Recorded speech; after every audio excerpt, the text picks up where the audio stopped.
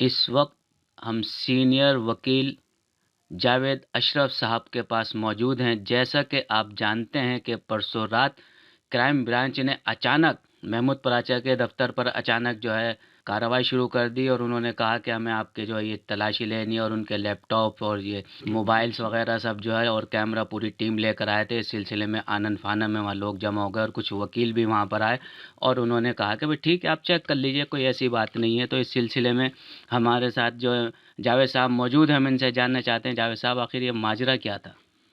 देखिए, महमूद परांचा साहब के घर पे रेड करना जो मैं समझता हूँ एक शर्मनाक बात है। और ये कुछ ऐसी नई चेंजेस आ रही हैं जो हमने इंडिया में कभी नहीं देखी। मतलब एडवोकेट्स भी डेमोक्रेसी का एक पार्ट हैं और हमारा काम तो भाई केस लड़ना है। हमारी किसी पॉलिटिकल पार्टी से या किसी ज़ाती आदमी से ना कोई दोस्ती होती है ना कोई दुश्मनी।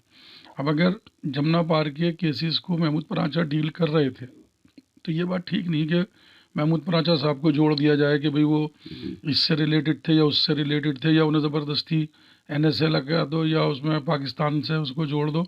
तो पिछले दिनों 1 अगस्त में उनके खिलाफ एफआईआर काट दी थी और एफआईआर काट के कोई गिरफ्तारी नहीं हुई और कोर्ट से उसमें खैर अरेस्ट स्टे भी कर दी गई थी। तो उसमें क्राइम ब्रांच के लोग जिन्होंने इस केस को जो इन्वेस्टिगेट कर रहे थे तो उन्होंने एक एप्लीकेशन लगाई कोर्ट में और परमिशन ली शाम को 6 बजे तक महमूद परांचा साहब के कंप्यूटर लैपटॉप वगैरह को चेक करने की।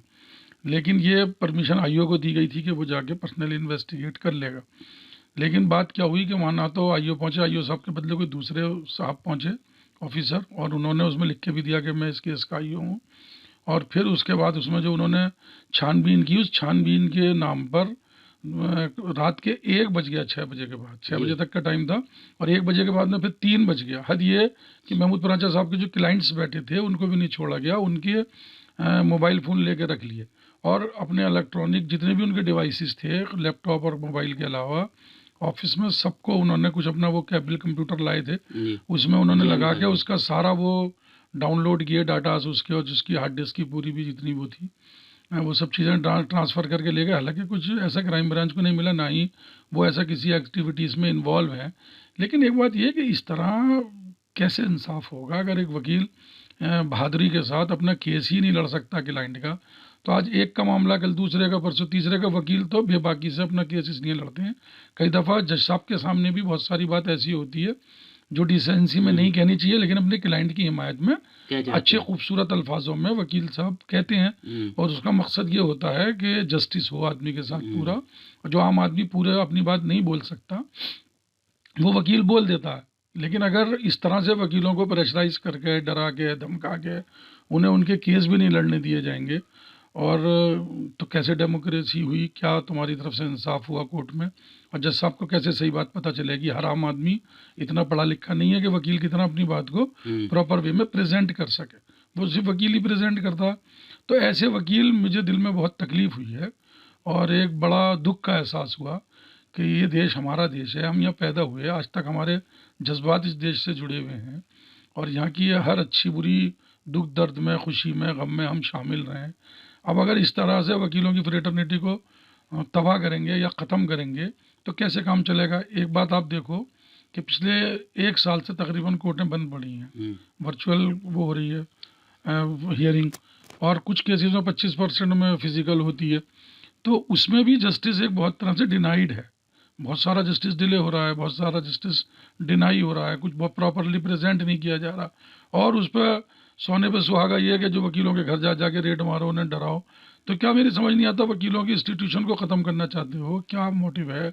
कैसे देश में इंसाफ मिलेगा? और अगर एक बात समझ लें, ये 3 तरह के जस्टिस हैं, एक सोशल जस्टिस है, एक ये जुडिशियल जस्टिस है, एक इकोनॉमिक जस्टिस है। अगर पब्लिक को ना सोशल जस्टिस मिलेगा, ना इकोनॉमिक जस्टिस मिलेगा, ना मतलब कोर्ट में लीगल जस्टिस मिलेगा, तो फिर तो यहाँ पे अफरा तफरी हो जाएगी, अनारकी हो जाएगी, बदनज़मी। और वकीलों को उनका काम, मेरे दरख्वास्त है आपके चैनल के माध्यम से सरकार से, कि उनको उनका काम उनके ढंग से करने दें और वकीलों को दुश्मनी में ना लें।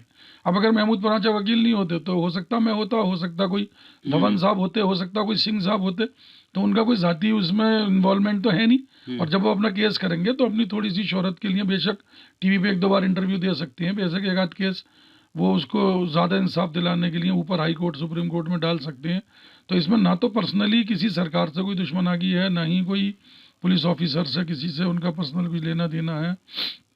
और इस तरीके की अगर उसके खिलाफ कार्रवाई हुई तो मुझे बहुत दुख है, और मैं मतलब क्षमा के साथ कहना चाहता हूँ कि ये तो फिर एक तरह से जुडिशियल सिस्टम में इंटरफेरेंस है। अच्छा, और इन्होंने जैसे बताया कि अभी हमने शायद एफआईआर भी करा दी है और हम दिखा दिया, हमने तो कह दिया भाई चेक कर लो, कोई ऐसी बात नहीं है।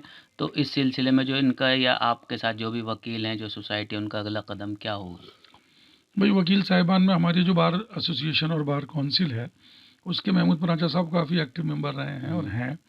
तो वो लोग अपना एक मीटिंग करके जो भी बोर्ड में फैसला होगा लीगली, जी। उसमें अगर किसी पुलिस ऑफिसर का कोई एरिंग वो एक्ट है तो उसके खिलाफ कार्रवाई होगी। अगर वो बताता है कि भाई मुझे तो वहाँ गलत तरीके से डायरेक्शन दी गई थी और उस डायरेक्शन पे मैं एक्ट कर रहा था, तो उनके खिलाफ भी। लेकिन एक ये लंबा प्रोसेस है जुडिशरी का, और इस बीच में क्या होता है कि वो दूसरे आदमी को हौसला तोड़ने की, उसको डराने की बहुत कोशिश की गई है। तो इसमें हम सब महमूद परांचा साहब के साथ हैं, और हमारी हर तरह की सिंपैथीज और हमारी वकीलों की जो फ्रेटर्निटी है और वो है आपस में मोहब्बत, वो उनके साथ जुड़ी हुई है पूरी पूरी। और हम हर तरह से तैयार हैं, जब भी जैसे भी वक्त आएगा महमूद परांचा साहब को लीगल भी और मॉरल भी सपोर्ट देंगे हम लोग। ठीक। देखिए, ये थे हमारे साथ सीनियर एडवोकेट जावेद अशरफ साहब। इन्होंने बात बताई कि भाई इस तरह से कोई इन्वेस्टिगेशन था, कोई केस लड़ रहे हैं सैलमपुर का, या जो भी कोई केस लड़ रहे हैं, तो वकील का तो काम होता है केस लड़ना। अब ऐसा नहीं है कि वो पर्सनली उसमें इन्वॉल्व होता। आपने चेक करा, उन्हें कुछ मिला भी नहीं, और जो आईओ थे उनको 6 बजे तक का टाइम था और रात के 3-4 बज गए और वो आईओ भी नहीं आए थे, दूसरा आए थे। लेकिन इनका ये कहना है कि इस तरह से वकील को दबाव नहीं बनाना चाहिए, तो वकीलों की आज़ादी पे जो है अंकुश लगाने जैसा है। लेकिन हम फिर भी महमूद पराजा जी के साथ हैं। जो भी हमारे वकीलों की जो टीम है, जो सोसाइटी है, वो फैसला करेगी, हम हर तरह से महमूद पराजा जी के साथ हैं।